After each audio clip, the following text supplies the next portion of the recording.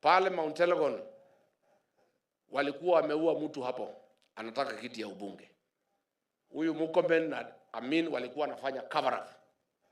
Ile mtu ameua huyo mtu, kuliko akamatwe analindwa na askari.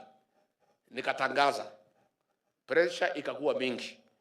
So jana usiku wameenda kwa mjumbe wa Mount Elgon anaitwa Kapondi.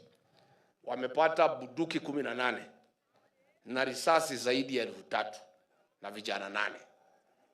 Na ni ya serikali, ni ya GK.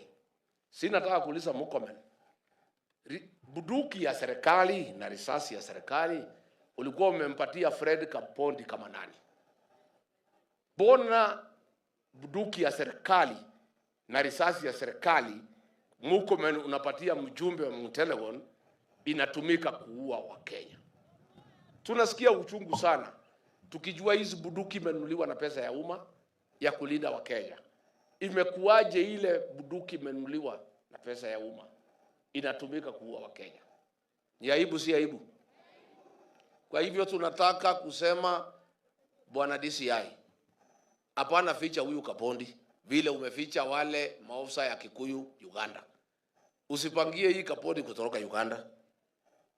Na tunashindwa hii watu wanatoroka kwa boda, iko polisi walipitia wapi?